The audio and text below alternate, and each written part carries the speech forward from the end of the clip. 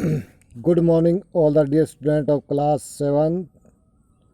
Today we will learn about the lesson number 2, bringing up carry.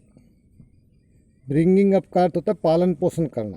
Carry, carry का. यहाँ पर carry एक elephant, एक हाथी का बच्चा है और उसके पालन पोषण के बारे में कहानी लेखक ने बताई है. Carry was an elephant. Carry एक हाथी था. He was 5 months old when he came to the author. जब वह लेखक के पास आया तो वह केवल 5 महीने का था. Carry lived in a pavilion. Carry एक छप्पर में रहता था. It was under a thatched roof which rested on thick tree stump. It was under a thatched roof. यह घास फूस की बनी एक छत के नीचे था. विच रेस्टेड, जो घास फूस रखा हुआ था. On a thick tree stump, मोटे पेड़ों के तने पर.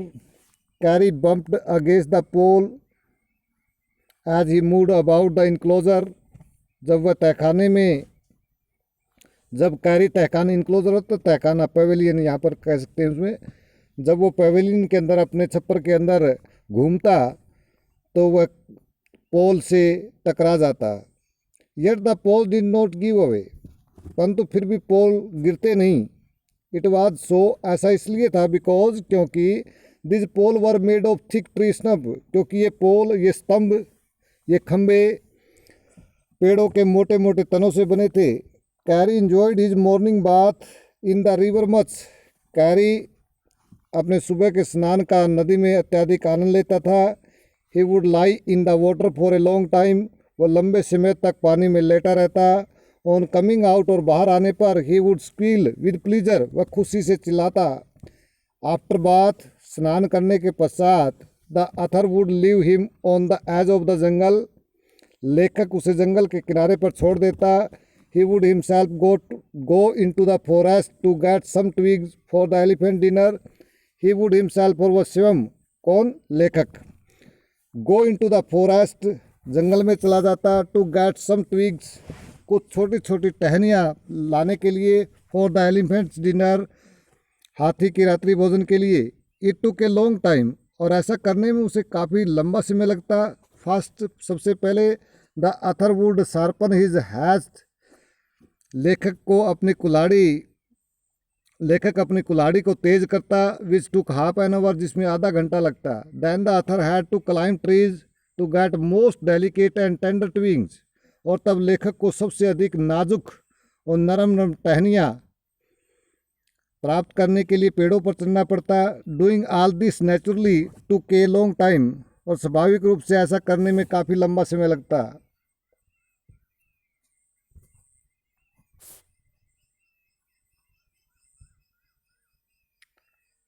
Carry and author were good friends. Kari और लेखक बहुत अच्छे मित्र थे. But Kari once pushed him into the stream. परंतु कैरी ने एक बार उसे नदी में धकेल दिया. It was to save the life of a boy. और ऐसा एक बच्चे के जीवन को जो बचाना था, ऐसा उसने इसलिए किया क्योंकि एक लड़के के जीवन को बचाना चाहता था. He saw a boy lying on the bottom of the river.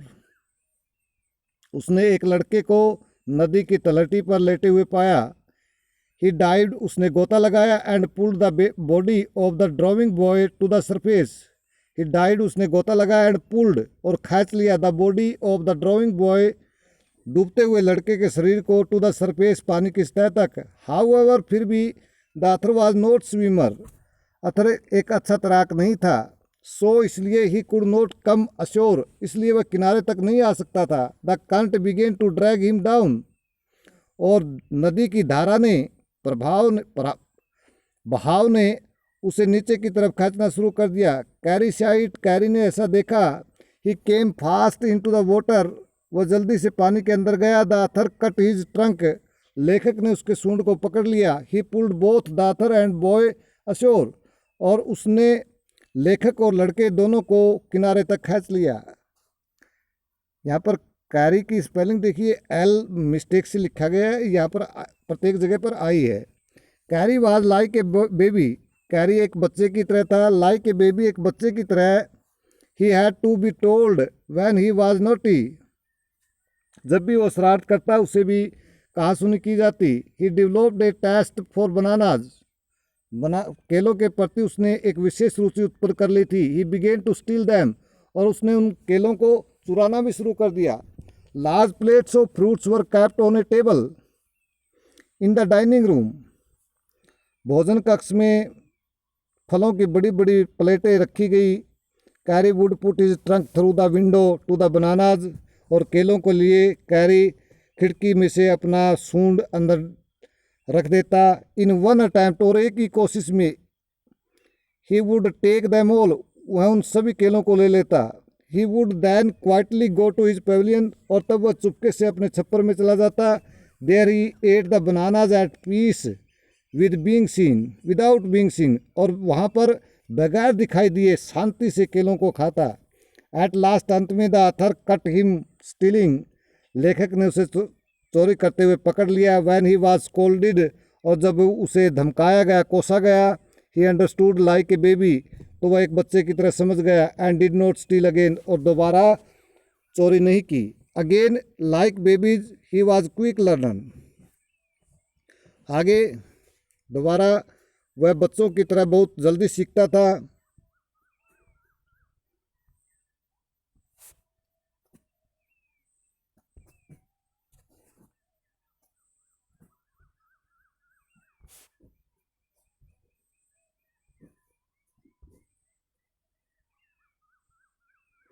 Again दोबारा लाइक बेबीज, बच्चों की तरह ही वाज क्विक लर्नर, वह जल्दी सीखने वाला था. कैरी लर्नट माली आफ्टर 3 लेसन, और 3 पीरियड के बाद ही, 3 लेसनों के बाद ही कैरी ने माली शब्द सीख लिया. यह माली एक इंस्ट्रक्शन होती है हाथी को आगे चलाने के लिए.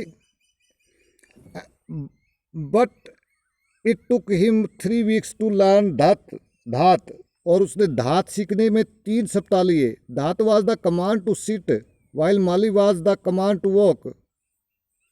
धात बैठने के लिए आदेश होता है और माली जबकि चलने के लिए आदेश होता है.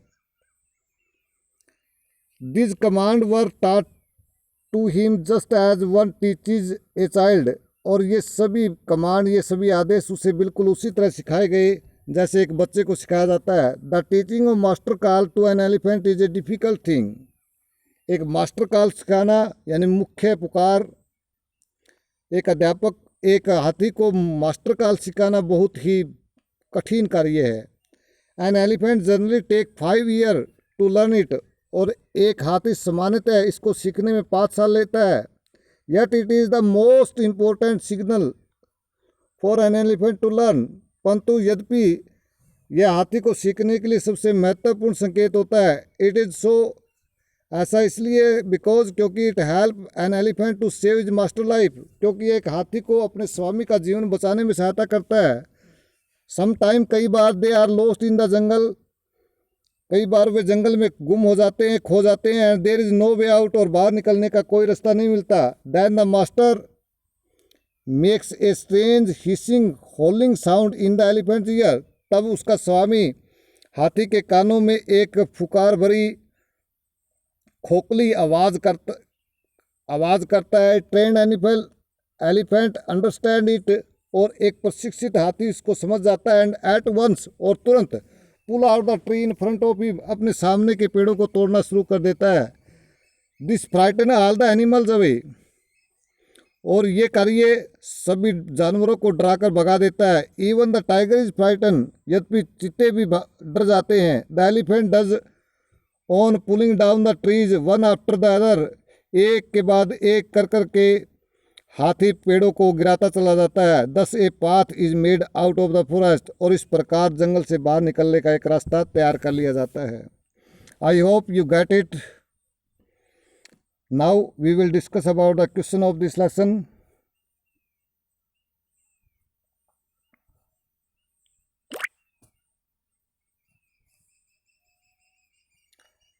The enclosure in which Kari lived had a thatched roof, वो तहखाना, वो छप्पर जिसमें कैरी रहता था, उसके घास फूस की छत थी. That lay on the thick tree stump, जो मोटे मोटे पेड़ों के तनों पर टिकी हुई थी.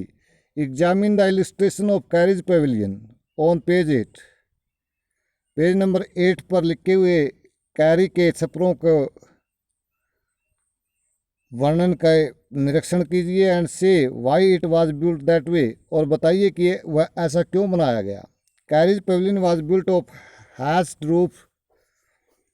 कैरी का पेविलियन घास फूस की छत से बना हुआ था। That lay on the thick tree stump, जो मोटे मोटे पेड़ों के तनों पर टिका हुआ था। Because it was very high, क्योंकि यह बहुत भारी था। And would not fall when Kari bump against the pole, और वह गिरेगा नहीं जब कैरी पोल यानी खंभों से उन पेड़ों के तनों से टकराएगा। So it was built on the roof, thatched roof on that lay on the tree stump, इसलिए उसको पेड़ों के तनों पर रखा गया था। Next question, did Kari enjoy his bathing in the river. क्या कैरी नदी में स्नान का आनंद लेता था। Give a reason for your answer, अपने उत्तर के लिए कारण बताइए। यस, हाँ, Kari enjoy his morning bath in the river. Carry नदी के अंदर अपने सुबह के स्नान का आनंद लेता था। आज क्योंकि he lay down on the sand bank, क्योंकि वह रेतीले किनारे पर लेट जाता। And let his friend rub his back, और अपने मित्र को अपनी पीठ को रगड़ने देता। And also live in the river water for a long time, और लंबे समय तक नदी के पानी में भी रहता। ही स्क्वील विद प्लीजर, वह खुशी से चिल्लाता। When water is rubbed down on his back, जब रगड़ा हुआ पानी नीचे उसकी पीठ से गिरता।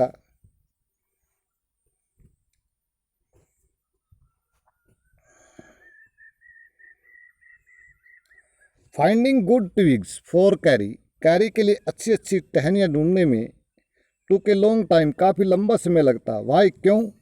Finding good twigs for Kari, Kari के लिए अच्छी अच्छी टहनियाँ ढूंढने में टुक ए लॉन्ग टाइम, एक लंबा समय लगता। बिकॉज, क्योंकि his friend had to climb all kind of tree to get the most delicate and tender twig, क्योंकि उसके मित्र को सबसे अधिक नाजुक और नरम नरम टहनियाँ प्राप्त करने के लिए सभी प्रकार के पेड़ों पर चढ़ना पड़ता।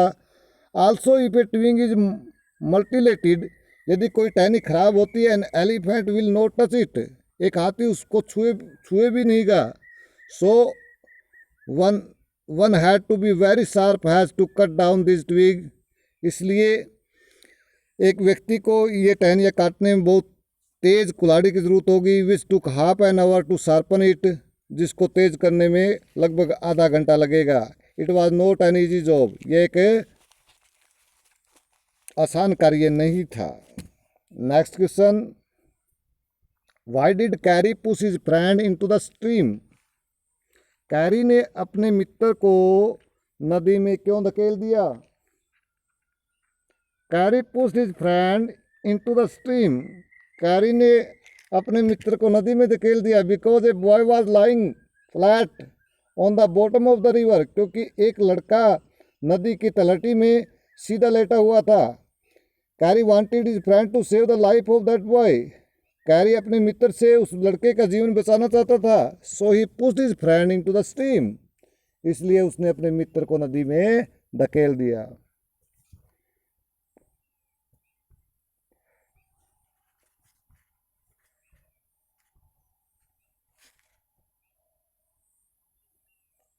Carry was like a Kari एक बच्चे की तरह था। What are the main point of comparison, इस तुलना का मुख्य कारण क्या है, कैसे ये तुलना की गई। Kari was like a baby, Kari एक लड़के की तरह था। Because he had to be trained to be good just like a baby, क्योंकि उसे भी अच्छा बनने के लिए प्रशिक्षित करना पड़ता है, क्योंकि उसको भी अच्छा बनने के लिए प्रशिक्षित करना पड़ता था। जस्ट लाइक ए बेबी, बिल्कुल बच्चे की तरह।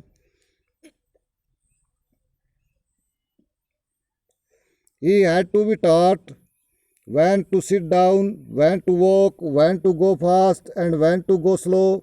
उसे भी कब बैठना है, कब चलना है, कब तेज चलना है, कब धीमा चलना है सिखाना पड़ता था। When he was naughty, और जब वह शरारती होता, he need to be scolded, उसे धमकाना पड़ता। And if not, he will do more mischief, वरना वह और भी अधिक शरारत करने लगेगा। Next, carry help himself to all the bananas in the house without anyone noticing it. Carry स्वयं सभी केलों को प्राप्त कर लेता, घर में रखे हुए सभी केलों को प्राप्त कर लेता, without any one noticing it, बगैर किसी के दिखाई दिए। How did he do it, वह ऐसा कैसे करता था? Carry stole the bananas from the table near the window in the dining room. Carry चुरा लेता था द बनानाज केलों को फ्रॉम द टेबल मेज पर रखे हुए, नियर द विंडो खिड़की के पास, इन द डाइनिंग रूम भोजन कक्ष में खिड़की के पास रखे हुए, मेज पर रखे हुए केलों को कैरी चुरा लेता था। He put his trunk through the window very much like a snake, वह एक सांप की भांति अपने सूंड को खिड़की में से अंदर रख देता। And disappeared with all the bananas without any one noticing it, और बगैर किसी को दिखाई दिए सभी केलों को लेकर डिसअपियर्ड गायब हो जाता।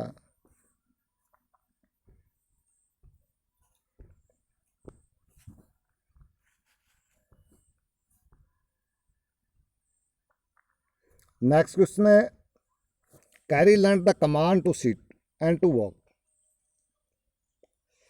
कैरी ने बैठने और चलने के निर्देशों को सीख लिया। What were the instruction for each command, और प्रत्येक आदेश के लिए क्या निर्देश थे? When his friend pulled his ear, जब उसका मित्र कान खींचता था, एंड से धात, और धात कहता कैरी सिट डाउन, कैरी बैठ जाता था।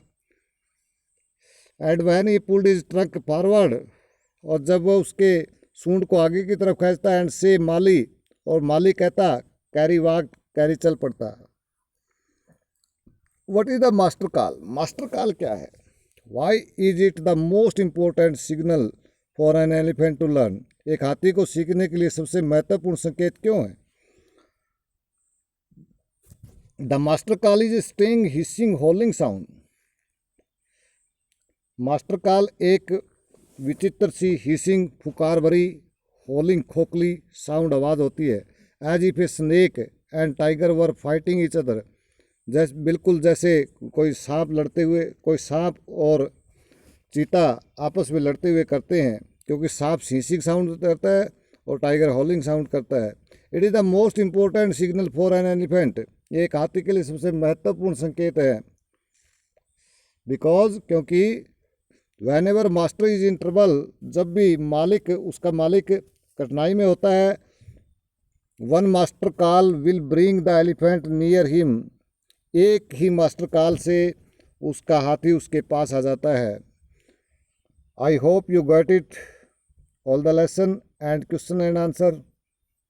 You are requested, please subscribe this channel so that we can send any more video to help you. Thank you.